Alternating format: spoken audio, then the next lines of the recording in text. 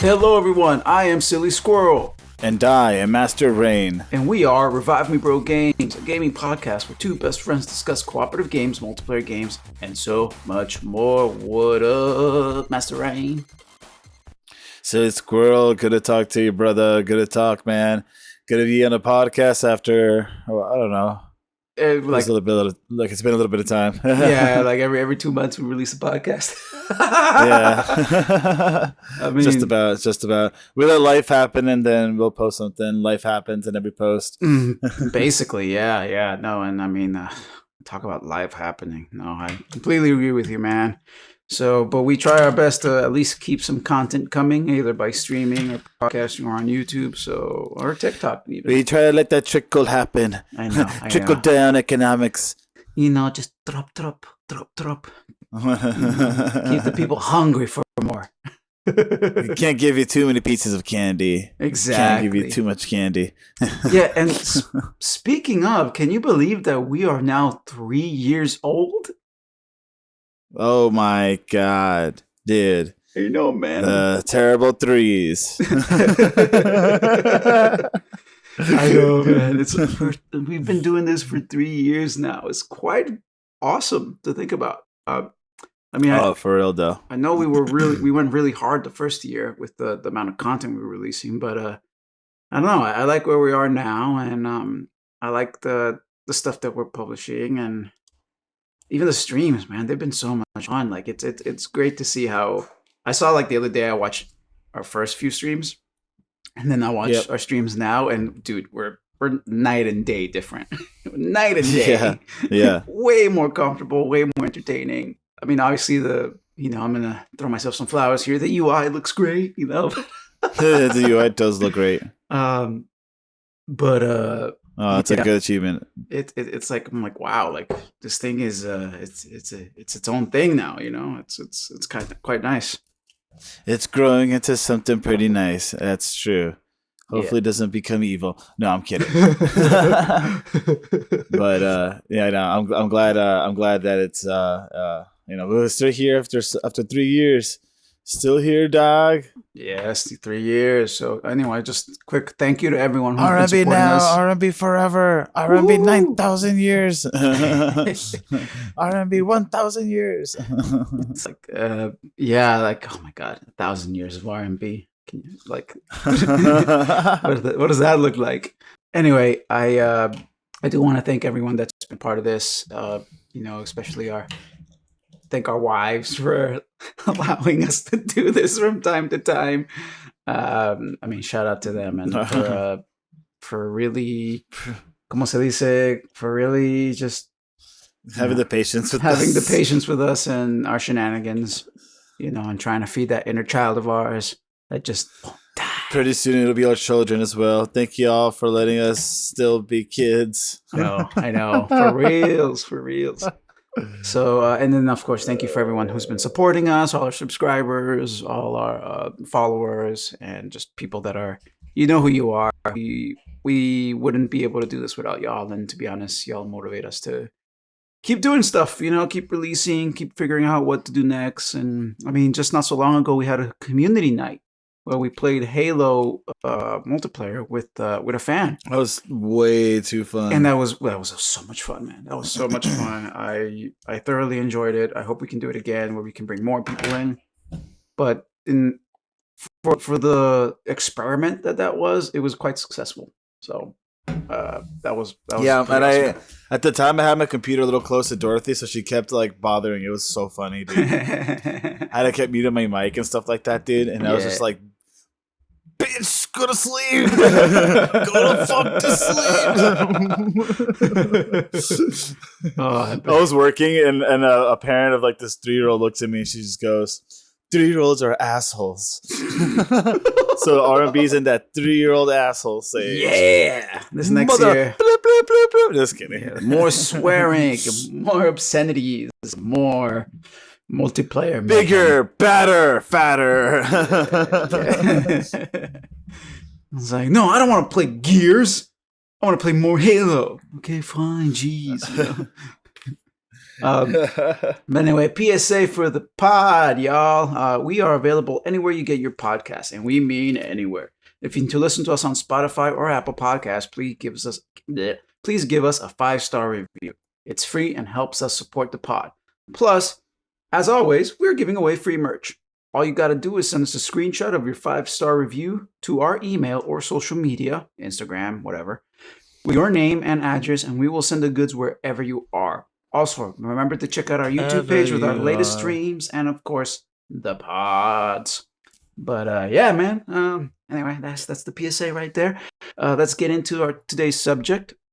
So we've been doing this for 3 years, as we mentioned earlier. And during those 3 years, we've played a ton of co-op games. Granted, some of those we don't stream because we just wanted to like test it out, right? And some of the other ones we just couldn't stream because we were in the middle of streaming some other stuff. But we were always looking for the next big co-op game. And I feel like ever since we started to now, the amount of co-op games available has skyrocketed exponentially. Oh, it has, hasn't it? Yeah. It's gone up like a lot. Like a lot. Absurdly. And the whole point of us starting this is that we felt like co-op gaming was dying. And I don't know, maybe people at EA or Ubisoft, like, man, these guys know what they're talking about. And that one important person heard over there, and they're like, "Hey, you know what? These ReviveMeBro guys. What are we doing? We need more co-op. What is wrong with us right now?" So, a few of the games that we're going to talk about today are very much co-op games, and not co-op. Some of these are not co-op the way you think. When you think co-op, and what I mean by that is, you'll have games that are multiplayer only, but require you to play with a friend. I think you get more out of it if you play with a friend. And then you have co-op games that are more story-based of what we would think of as co-op.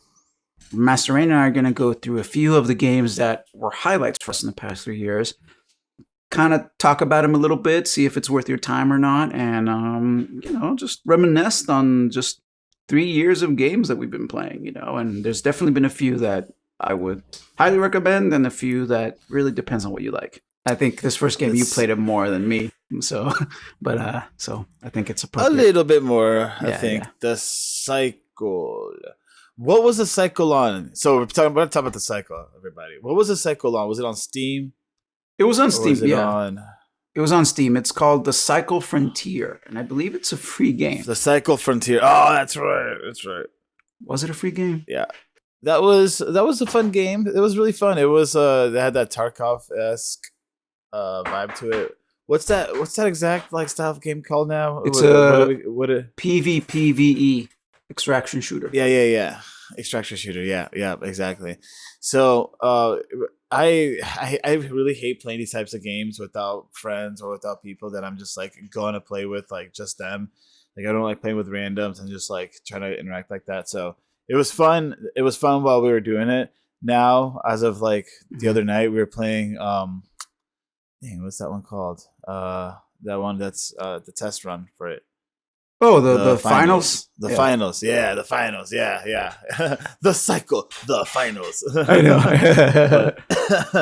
But the finals is cool. It's got a different vibe than it's not like a battle royale or this extraction type of deal. It is extraction, but a different style. But we'll talk about it. What I'm saying that is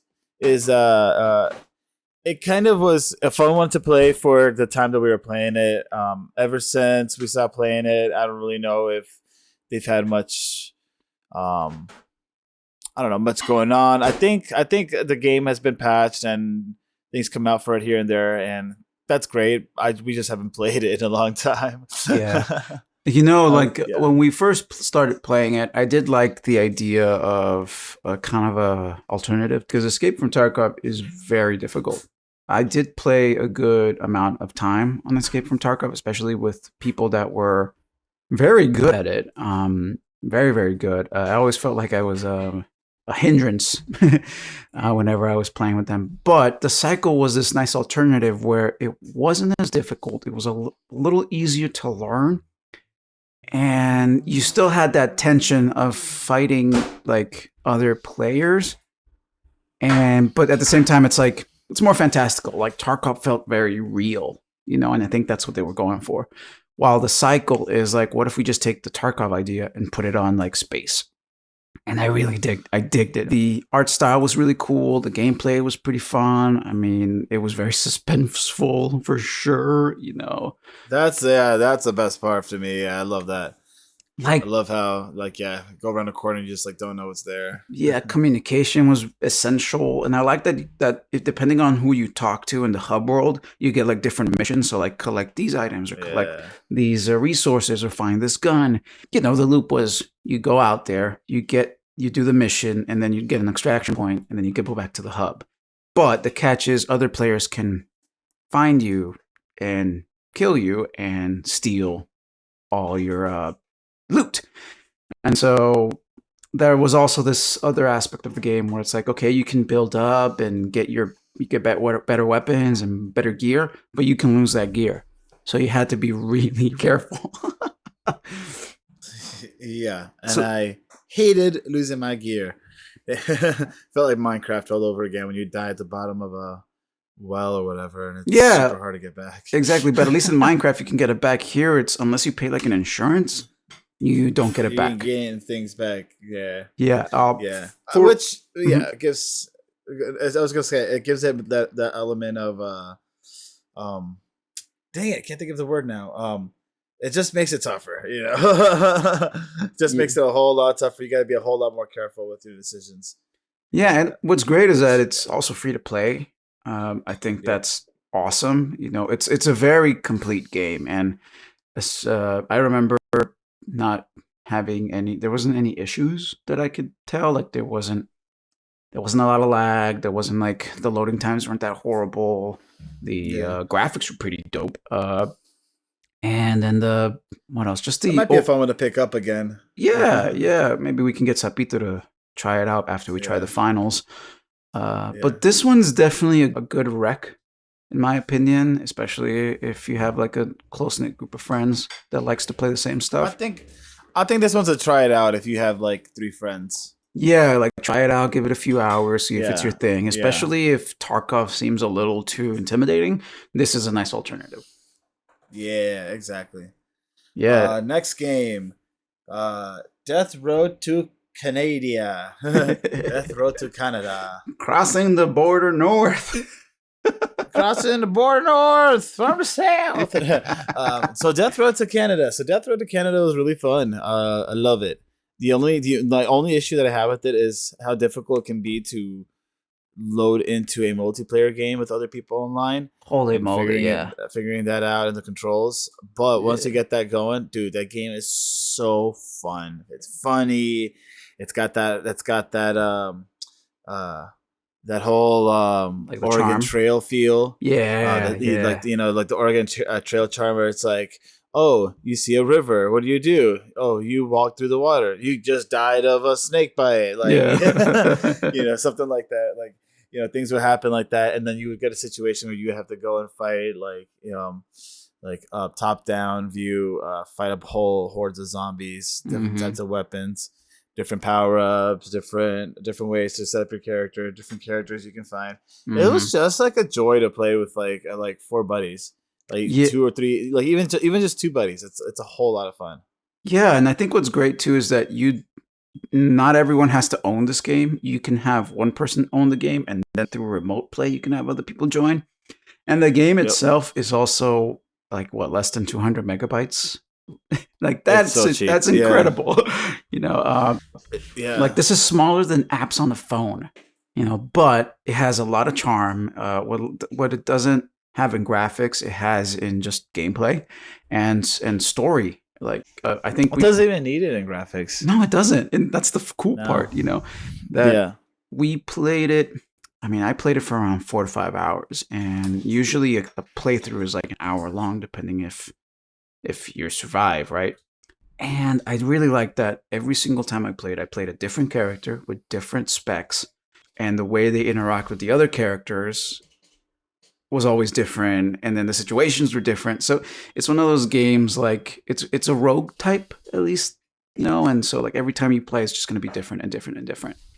But that's the fun part of it. It's like no matter what, and no matter how much you learn, the game's always going to throw a curveball at you. And I mean, there was a time, I think we went like 40 to 50 minutes. We thought we were getting close, and I think we all died. Or just three of us died, and one of us survived. I think it was me or Johnny Boy. And someone was just like hobbling along, like on a stump, like of a leg, and just like barely getting by. Yeah. And I mean, two or three levels later, they died, because they got no ammo and no food. It was like, well, it's a good one. It's a good one, and I think it's a one to pick up. One you can pick up rather easily. It's $15, but it goes on sale a lot. And like I said, if it's a remote play, so one of y'all can buy it, and then 4 of you can play it. So in reality, yeah, $6 per person, $5, maybe less, $4 per person. So definitely worth your time. It's a lot of fun. It's funny. It's creative. I recommend it. Highly, highly recommend it. It's definitely a great co-op game. Next one, Generation Zero. Ooh. Generation Zero. I'm just gonna start off by saying it gives me like similar feels to like the Cycle, except there's no like home base. You're out. It's open world. Your extraction, and you're walking around and you're interacting with the environment in a sort of way. There's no players. There's no players. But for some reason, every time we played it, I always got the Cycle feel. That being said, this one is definitely like if you got something to try out with like 3 buddies or whatever, I would recommend this one for sure. This one was scary at times. So yeah, Generation Zero is definitely a stealth action shooter, and very much, pushing the stealth. Like I think you're in Sweden during the Cold War, so it's like set in the 1980s, and you are one of the few survivors of this war against these machines, and you and a buddy are trying to like figure out what happened or where the people went, and it starts off really strong, and it is terrifying to fight these mechanical monsters. Yeah, they're pretty unforgiving, and there's a lot of them. Very much so. Get swarmed really fast. Yeah. This game, though, for me is probably the first disappointment. And what I mean is, like, I was hoping for a few things in this game, and I never got that, like, reward. And what I mean by that is, like, the game has such a good setup that you expect the game to go one way, but then it doesn't. Granted. Oh, I guess so. Yeah. Everything that it does strongly, it's quite awesome. Like, the sound design is really good. The guns sound so good. The way the robots like all sound and the way they're designed. The developers are still working at it. Mm-hmm. As we speak, developers are still working at it a lot. Yeah, they released a latest patch just in October, actually. Like 3 weeks ago or 2 weeks ago, something like that. So that's a good sign. Yeah, this game is wonderful, but you need to go in with an open mind, in my opinion. We played like 6 hours of it, and we had some really, really fun fights. This might be another one that we play for like a night and see if they've gotten better. But I will say they definitely nailed the stealth. They definitely nailed the atmosphere. And they definitely nailed the guerrilla aspect of warfare that they were going here. Because it definitely feels like that. Like we have to like outsmart the robots and do plans and get in a high position. Like that felt really organic. Because we just couldn't go and like go guns blazing. Because if you do, you're going to die. So that was really cool. Like I remember this one fight where we went into a town. And the robots were all chasing us into this town. So we had to like get into the houses, put like proximity mines around this house, and we basically just like hunkered down, killed a few of the robots, and then moved to another house and did the same thing. And we managed to survive. And it was very, very stressful, very, very exciting. because you couldn't just go and like, okay, I'm just gonna shoot. Like we really had to think about, okay, there's 2 entrances here. The robots can come in. Why don't we try to funnel them through here? You, Johnny Boy, go over there, snipe him from over there while they come to me. And it was definitely survival of the fittest, and I like that. It wasn't difficult either to like get started into. Like, no, not at all. You know what I'm saying? So yeah, check it out. It is like $25 on Steam. I think if you have the Game Pass, it's on Game Pass, I believe. So there's that, and you can play. Yeah, I think it is. And it's available on PC and all of the consoles. So like whatever you have, you can definitely play it. I've seen it on the PlayStation actually. Next game, BattleBit Remastered. So this one's not exactly a co-op game, but it's definitely a game we want to give a shout out. Right, Ray? Yeah, let's give it a quick shout out. Yeah, it's fun, man. So it's fun. I've been playing it a lot more than I've been playing it a lot more than I played Battlefield, at least recently. And that's what I wanted to say. Like, I think this game, MasterRein, was the one that really pushed to play it. I think you showed it to me, but I was like, yeah, we should try that one out. I did. Oh, that looks really good because it looks so smart. I love the idea of massive player maps because it gets stupid. Yeah, and we were still itching for a good Battlefield game, and this one is definitely scratching that itch. Yeah. We've definitely played this on stream. I will say, like, once you play it enough, the graphics just disappear. You stop thinking about the graphics. Because at first it's like jarring, right? Like, oh my god, this is like Battlefield with Minecraft graphics.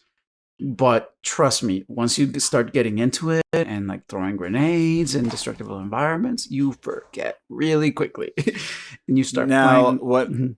When it came out, there was a lot of issues with weapon balances and like the servers dropping out or having issues or whatever, or the game just not sounding great in places.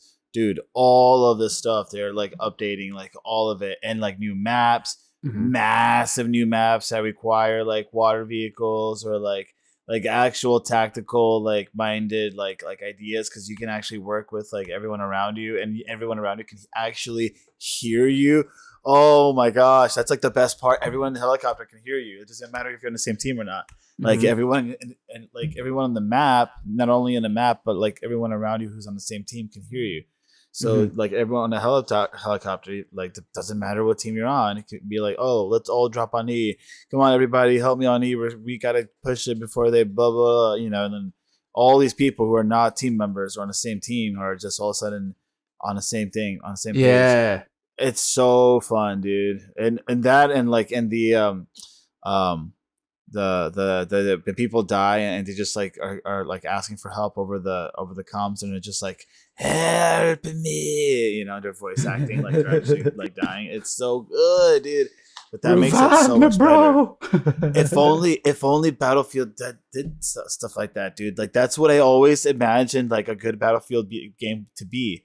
Like you're just like not like another grunt, but like, you might be a specialist in like bombs, or a specialist in a medic or whatever, right?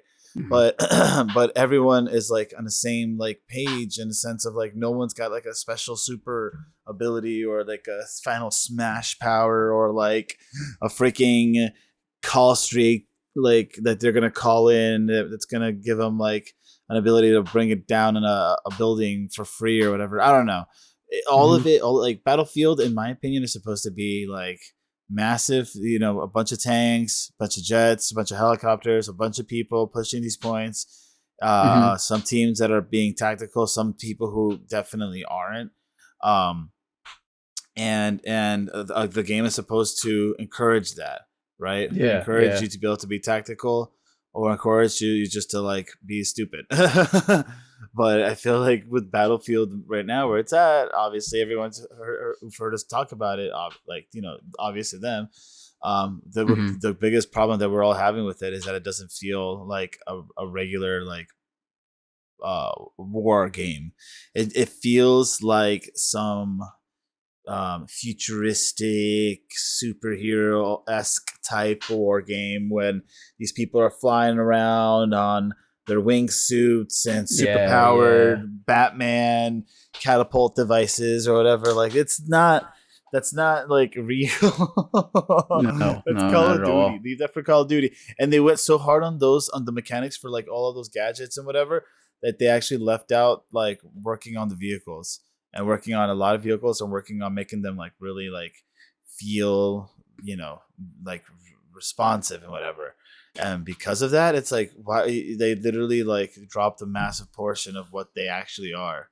And here's BattleBit actually giving us a bunch of vehicles to play with, dude, and try out. And the thing about it is that like they're not easy to use. Like you have to learn how to use No, the you really have to vehicles. learn. Yeah. And Which is that's the point of Battlefield. Like you're supposed to freaking learn, dude. Like, oh, you can't just jump in a tank and it's supposed to be like the Halo tank where you just go around pop, pop, pop like everything and just like you never get killed. No, like you're supposed to get wrecked with the right weapons, or if you know how to freaking pilot it well or drive it well, then you're going to do really well with it. But if not, it depends on the person behind the tank wheel. And I like that. You know what I'm saying? Like I think you hit a nail on the head when you said like Battlefield just started adding all these things and forgetting what made Battlefield. And I think BattleBit is a really good example of when less is more. And yeah, like when we played Battlefield 1 many years ago, I loved how basic it was. It was very basic how we really had to play as the role we played. So if you want to be an assault, you have to commit. If you want to be a medic, you have to commit. Because if you commit, then you can reap the rewards from playing like that player. Before you know it, like you unlock all these better weapons, better gear, better this, better that, and then you're like a really full-fledged medic, and the game rewards you for it. Right. While as the new Battlefield, and we've played it multiple times with each patch, and it just like doesn't have the same feeling. It felt like I was playing a Call of Duty open world, if that makes sense. Right. Instead of a Battlefield game, which BattleBit just, again, I know I've said this before, scratches the itch where it's like you stick to a role, you get upgrades, people go nuts, you do stupid shit. We've talked enough, I think, about this game. It's definitely a must recommend, especially if you're a Battlefield fan. It's also $15 on Steam. It is worth the price of admission. Support them. Yeah, you should support them. Support these guys. They know what a Battlefield game is. They're doing an amazing job. Yeah, and there's different modes too. Like you don't have to necessarily just play the Battlefield mode where it's like the huge maps. It's like there's smaller ones too if you want to like really get to know your weapons and stuff. So it's 100% a must play. If you've ever played Battlefield and said, "Wow, this is so stupid. Why can't you do X, Y, or Z?" BattleBit has actually fixed it, and go play it exactly. Yep, and the amount of players that play, it's a consistent like good amount of people. You're gonna find lobbies. Yeah, you will find lobbies right now. All right, so our next game, we go from serious to absolutely goofy as fuck. Crab game, motherfucking bonkers. Crab game. Crab game was amazing. Crab game is a must play. Just play it. If you watched the Hunger Games, oh my god, dude. The Onion Games. What was the show called? Squid Games. Yeah. So if you like the show Squid Games and you want to play something like it, Crab Game is your place to go. It is free. It is like 500 gigs. It's a stupid small. You will have a good time. And if you really want to know what we're talking about, go to our YouTube page, check out our Crab Game gameplay video.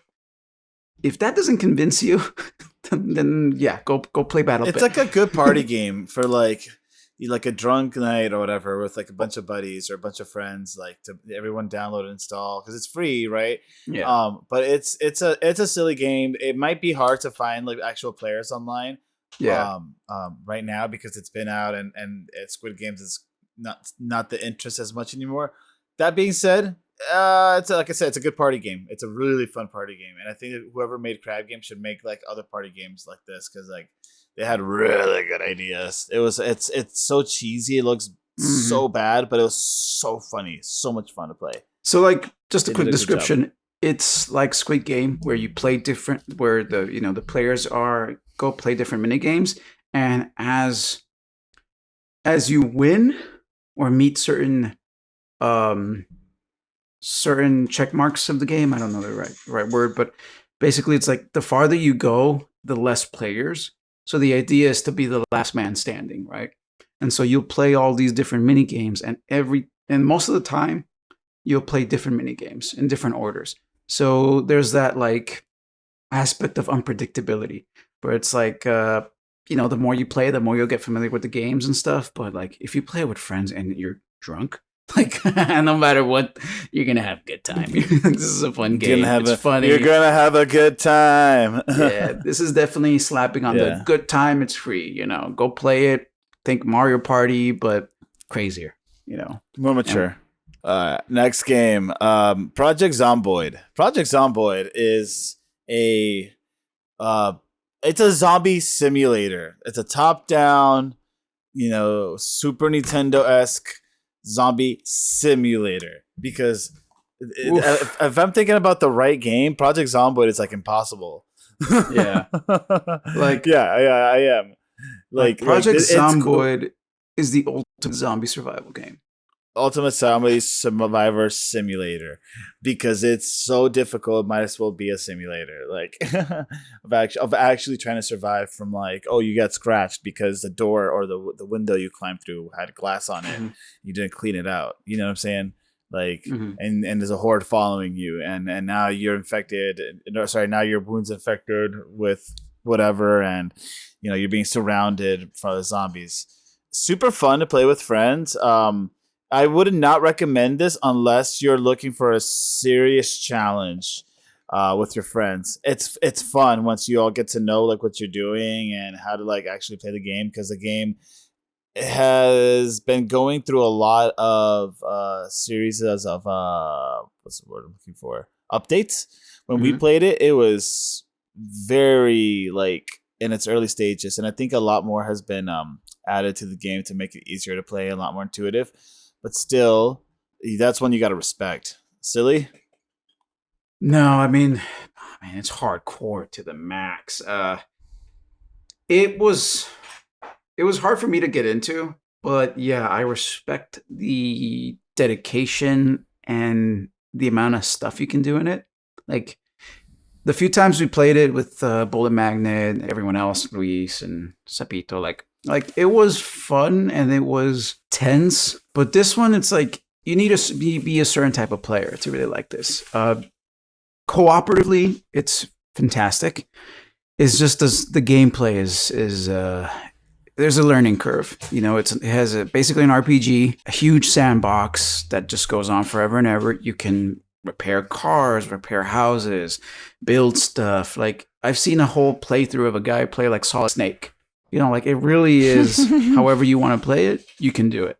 So it really depends on your creativity and what you want to bring into it. The game's $20 and you can buy for $60, you can actually buy the game for 4 people.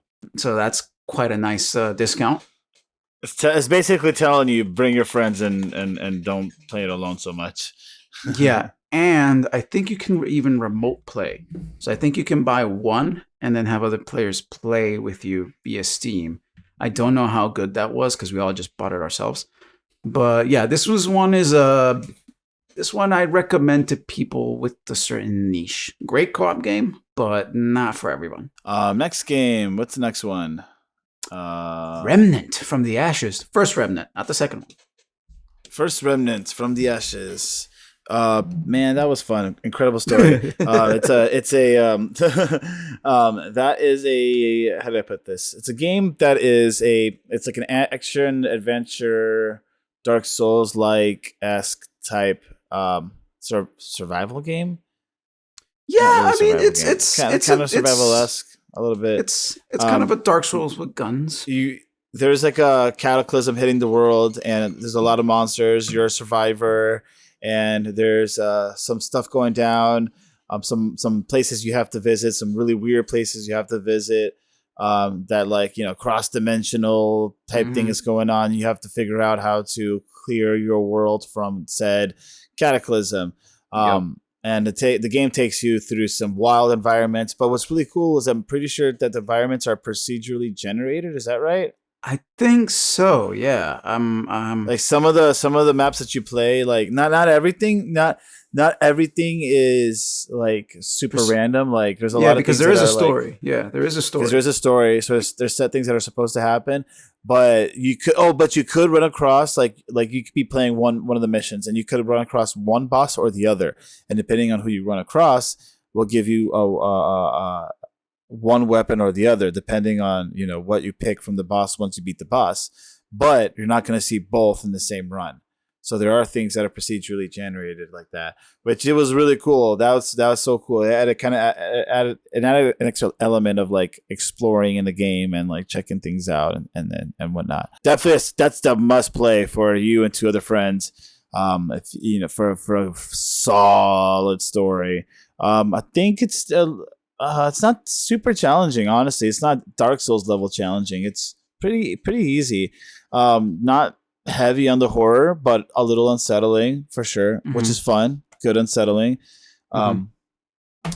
Yeah, a solid recommendation. Probably would it be the highest one on the list here? Recommendation? No, well, it's up there. I think it's up there. Probably it's in the top 3 for sure. It's in the top 3. People still want to play these. I don't think people have gotten tired of them yet. Right, and there's no multiplayer in Dark Souls to go through the stories with your buds. Yeah, and this one is provides that venue, right, where it's like I want to play a Dark Souls game, but I don't want to play it alone. Remnant is your guy. You can really do different builds that are depending on your play style, right? Like, but yeah, and there's really cool weapons that you can get for both builds. Exactly. So like, the game is fun, and when we played it together, like we didn't beat it, but we played enough to kind of get the gist of it. And I mean, I don't want to say it's the easiest Dark Souls game because it's not easy. It's still a challenge. Yeah, it's but still it tough. was it's still tough. But I felt confident because I had friends with me. So yeah, if I can like compare it to another game, Monster Hunter Worlds comes a little close in terms of. And what I mean, the comparison comes strictly from when you go on a hunt with your friends and how you feel when you go on a hunt. And you get to that boss and you both like. I had the same feeling when playing Remnant, where it's like me and my friends get to that boss and we were ready to fight it. Like very much a raid like mentality. But this is if you haven't played Remnant by now, you should definitely because it's on Game Passes and stuff. Like you should definitely try it out.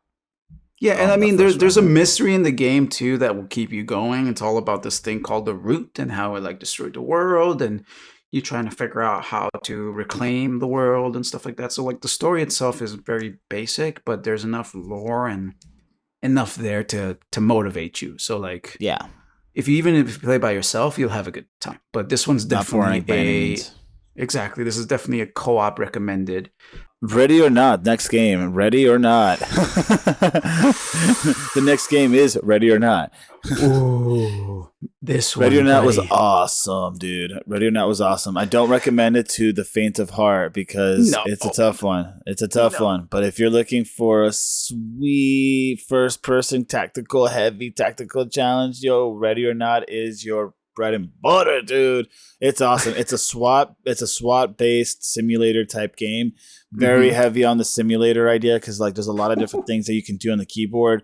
Like you can do super slow walk, medium pace walk, fast walk, sprint. You can have all multiple breaches to doors. You can have multiple ways that you hold your weapon, or just it's obviously not going to train you to breach a room that is held with hostages. You're not going to be an actual SWAT person, but dang, the stress that you get in the middle of the game when you're trying to get into a room and you just know this person has a sight on you and you don't really have like the good gadgets to go in. Like you can imagine why these people in real life prepare the ways that they do. right? Yeah. Prepare a million times and make their situations harder than it could possibly be in the real world, like in their training, because it's like, in real, like if this is real, like, which it is in real life, Yeah. damn. You know what's funny? What's funny? So like this game is, if you ever played SWAT 3 or SWAT 4 back in the day, this is basically the spiritual successor. I used to play this game a lot, so playing this one was like putting on the gloves. I was like, oh, I know exactly what I'm doing here. Oh yeah, Silly was it was good to have somebody who knew what to do. Yeah, I knew exactly what to do. It was incredibly fun. I will say though, like faint of heart, like Ray is 100% right. This game is a horror game. Like, oh, the guns just pop. Oh my! Like you will get startled and scared, and even if you go on a peaceful run, you will shoot first.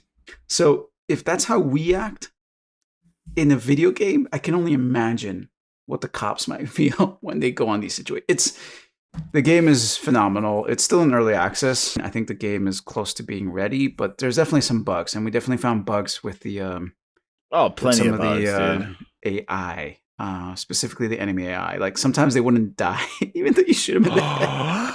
Dude, there's one called Streamer. Oh my gosh. There's one where you have to go in and bust out like a streamer, like in Ready or Not, like a mission. We need to play that again. Okay. Dude, I've been dying to play Ready or Not again with everyone, dude. I'm not gonna lie. I think you should play that again. You should play that again. Really? It's 92. It's 92 gigabytes. I like it. Yeah, this one's a fat one. Ooh, yo, this one's a thickums. Fat one. Yo, she thickums, bro. Yeah. Damn. So Ready or Not goes for $40 early access. So be warned. I will say, the game though, I think it's the most exciting game on the list, in my opinion. I think so too, and it's also one of the more better looking ones. I wouldn't necessarily recommend it for everyone, but I think it's the most exciting. Yeah, and like I really wish we could have done a review for Ready or Not, but it's still in early access, and I mean, if we don't have anything from Valheim, that our reviews probably, our Valheim reviews probably, it has to change. Yeah, it's you know what, our problem was that we gave Valheim like 135 million hours, and then I know, and then all of a sudden they updated the game, and we're just like, F this, we'll wait till it's all updated. I know. Our fault, honestly. But such a good game though. Bro, let's round up the bros. Let's do Ready or Not tonight. I swear to God, dude. Let's do it. 92 gigabytes. I gotta start downloading. Well, I mean, I think Sapito would be like, nah, bro, we're playing the finals, But yeah, we'll definitely. Oh, we are playing the finals right now. Yeah, we're playing the finals right now. The finals is tight. The finals. We'll definitely do an early review of that one. You want to talk about the finals real fast since we're here? Okay, sure. Why not? Yeah. So the finals is a very different idea on the whole, like battle royale, multiplayer, 3v3 or 6v6, whatever idea, shooting online gaming, right? It's more of like a it's same but different, right? Like the whole idea is that like you have a host of a whole bunch of different teams, not like too many, being dropped into like a game show type small map, with different games. That's a challenge. I'm pretty sure once the full game is out, there's going to be a lot of different challenges, like get to this area first, hold King of the Hill style things or whatever, right? But right now, just only collect money and extract. Right yeah.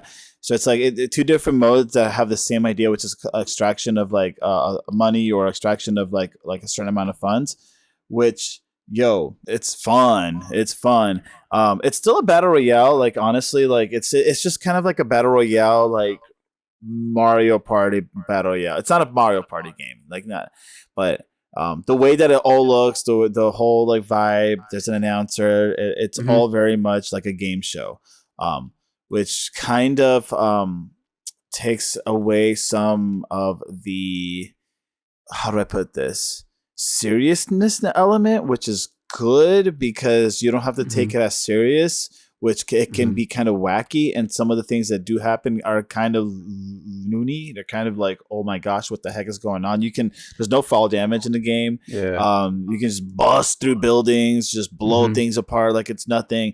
So some of the things that happen are kind of like out there, but Like, funny thing, we mentioned Battlefield before, but a few of the creators of the original Battlefield games are part of this studio that created this you were game. saying that the other day. Yeah, And dude. what's really neat, is that this is not a battle royale. This is not a extraction shooter.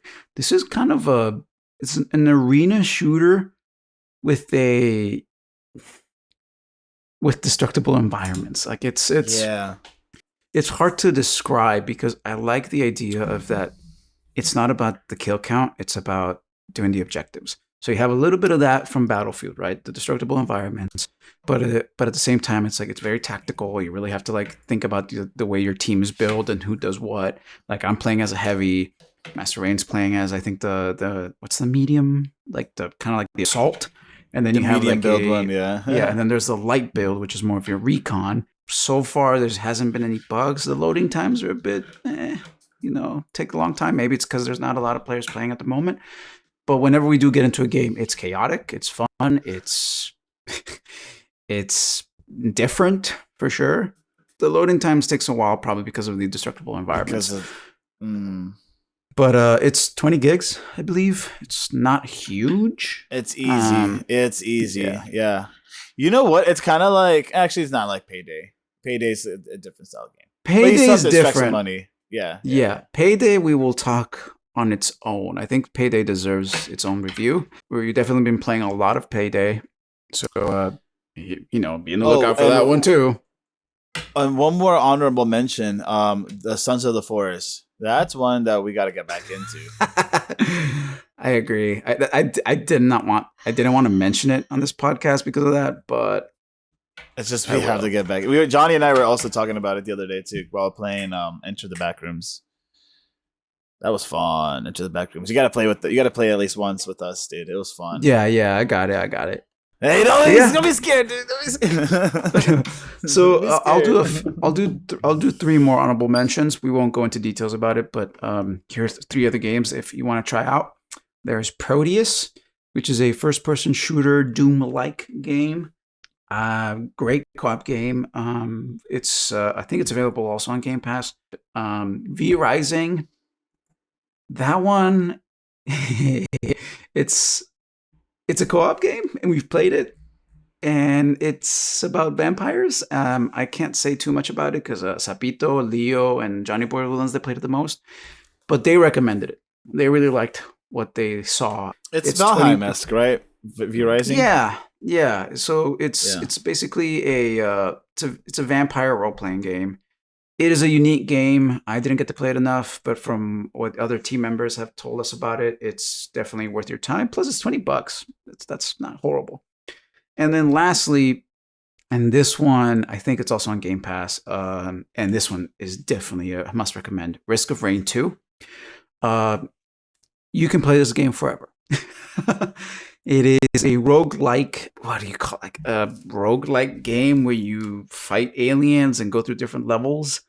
I'm definitely not giving this game its due, but just think of it this way. It's a third-person shooter where you go into different levels, and as you go through levels, you get upgrades, and those upgrades, and each level gets harder and harder and harder the more time you spend. So what you really want to do is try to beat the game quickly, right? So it's like you're trying to find these extractions to get off the level, go to the next one. But again, if you take too long, the game gets harder and harder and harder, and it can get impossibly hard. So you want to beat it in less than half an hour to like manage it. Johnny Boy and I almost beat it on our second or third try, but we did get lost on the last level, and if we had 20 more seconds, we would have been able to quote unquote beat the game. But great game. It's $24 on Steam. Very good co-op game. Chaotic as hell, and also very charming. Anyway, so those are the 3 shout-outs of mine.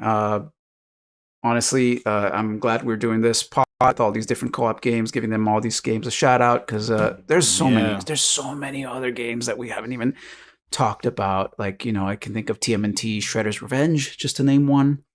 You said Sons of the Forest. Like, there's just co-op is coming back in full force, and I'm absolutely loving it. And it saddens me that sometimes we just don't have the time to play them all. But It's what a time to be alive. Yeah, no, there's a lot to play, and there's no lack of gaming, and that's there's time to play it all. Like we don't have to, if we're not playing up with like the new latest and greatest, it's because there's actually time now to play some of these games. Exactly. We can get to them when we get to them. But anyway, guys, that's all for today. Thank you so much for joining us. I hope you give some of these games a look. Most of these games, like I said, we recommend it. Just, be mindful on what it is that you want to play and why. So, just to thank you so much. Remember to follow us on our social medias. Check the links below. And remember to leave us a comment. Thank you, everybody. Make sure to follow, subscribe if you haven't, and stay tuned for the next podcast. Stay tuned for any live streams that we may do as well. Thank you, everybody. Awesome. This is SillySquirrel and MasterRein signing out. And remember, never stop reviving.